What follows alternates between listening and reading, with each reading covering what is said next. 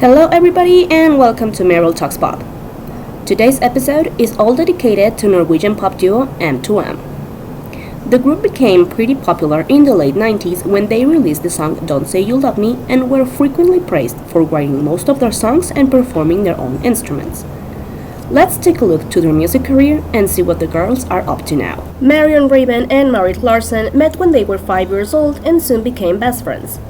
The two decided to form a music duo called Hubba Bubba after their favorite bubblegum when they were 8 years old and later changed their name to Marit and Marion. They released a children's album in 1996 called Sing Famous Children's Songs, which would later be nominated for a Spellemann Prisen Award, which is the equivalent for a Norwegian Grammy.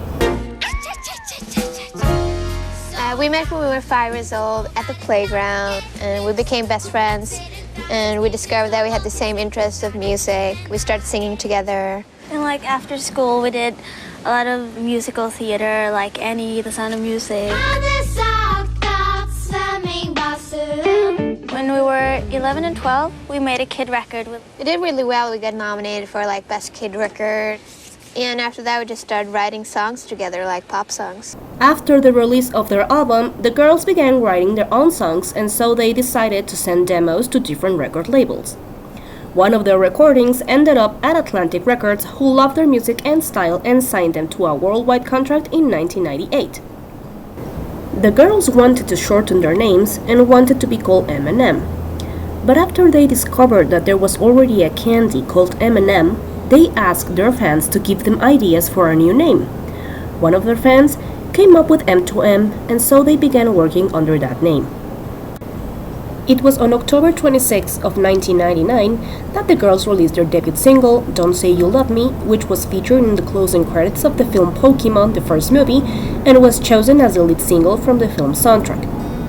The song gained international success, entering the top 5 in Norway, New Zealand, and Australia, and receiving all certifications in both Australia and the US. Their following single, Mirror Mirror, was released on February 22nd of 2000. The song became popular in Australia, Canada, and the US, and also achieved a gold certification for selling over 600,000 copies. Only a couple of weeks after the release of Mirror Mirror, their debut album Shades of Purple was released, which was well received by music critics and peaked at number 7 in Norway. The album sold over 1.5 million copies worldwide and was nominated for Best Pop Album at the 2000 Norwegian Grammys. The third and final single from the album, Everything You Do, only peaked at number 21 on the Hot Dance Singles chart and was also recorded in Spanish under the name Todo Lo Que Haces for the Latin American market. The songs Girl in Your Dreams, Pretty Boy, and The Day You Went Away were released as promotional singles for Mexico and Asia, which were very well received by their fans. All 3 songs had music videos, which is something we all appreciate. To promote their album, the girls appeared in different TV shows, including All That, Top of the Pops, MTV's Hot Zone, and even had a special concert at Walt Disney World's Epcot alongside BB Mac. The girls became hands-on opening act in the US and performed a series of concerts at high schools across America. In November of 2001, their second and final album, The Big Room, was released in Asia and in the rest of the world in early 2002. The album peaked at number 16 in Norway and at number 61 in Australia. The album's lead single, Everything, peaked at number 6 in Norway and made it to the top 40 in Australia and Italy. The song is aimed at Zach Hanson, who Marion dated briefly while on tour with Hanson in 2000. The second and final single, What Do You Do About Me, only peaked at number 46 in Australia, while the song Don't was used as a promotional single in the US. The girls were invited to tour with Jewel for her This Way US tour, but halfway through the tour, Atlantic Records decided to replace them, and so the girls went back to Norway. Back in Norway, and after the disappointing sales of The Big Room, Marion and Marit decided to stop performing together and went separate ways.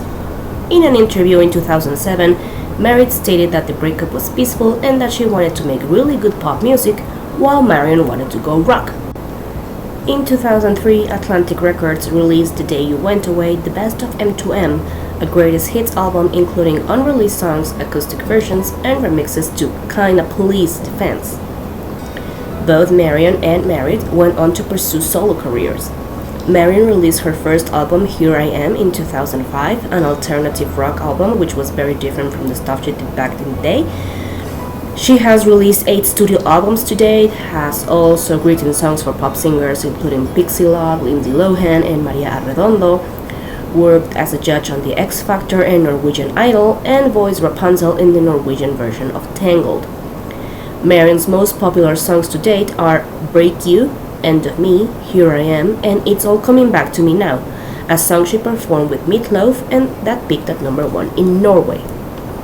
As for Marit, she has released 5 studio albums, has had 3 number 1 singles in Norway and 4 number 1s in the Philippines, won an award for Best Norwegian Act at the MTV Europe Music Awards as well as other international awards, and is one of Norway's most popular pop singers.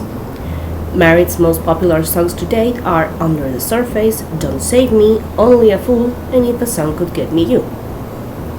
If you're wondering if there's a chance for the girls to get back together, let me tell you that it's not in the works, but they both have talked about their experiences with each other and remembered the good times they had, but there's not a possible chance to see them together anytime soon. You had a project with Ingrid Michaelsen, and are you still in contact with her? With Marit Larsen? Sorry, Oh, yeah. of course, Marit Larsen. Yes, of course, Marit Larsen. Yes, me and Marit Larsen been friends since we were 5 years. And we used to be in a band together called M2M. So yeah, we're still in contact, and I know she played here a few days ago, so yeah. What about a duet with your old friend, the other M? If this happens, everybody would scream as they screamed when it started. Yeah, you think so? Don't know. You know, we did that for about 15 years. We were neighbors from we were 5 years old, and I think that was a really important chapter in my life. But I think it's not always necessary to keep investigating the same collaborations. We got so much out of it, and we learned so much. And there are things that stories that we share that we can't share with anyone in the world, because it's just, you had to be there. You had to be part of it to understand it. And it's very dear to me, and I appreciate that time a lot, but I don't feel an urge to go back go forward and do more musical collaboration.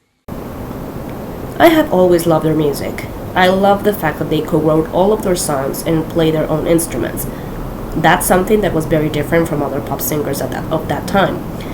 I think that they were very authentic, and their songs were pretty catchy and positive to young girls back then. I wish they would have released more music. It's a shame that their second album didn't do so well, otherwise we could have seen more from them. Their record label should have invested more in promotion to keep them alive, because they were really good and talented. What are your thoughts on M2M? Do you think they deserve more attention? What are your favorite songs by them? Let me know in the comments below. Thanks for watching. Don't forget to subscribe and give me a big thumbs up. See you next time.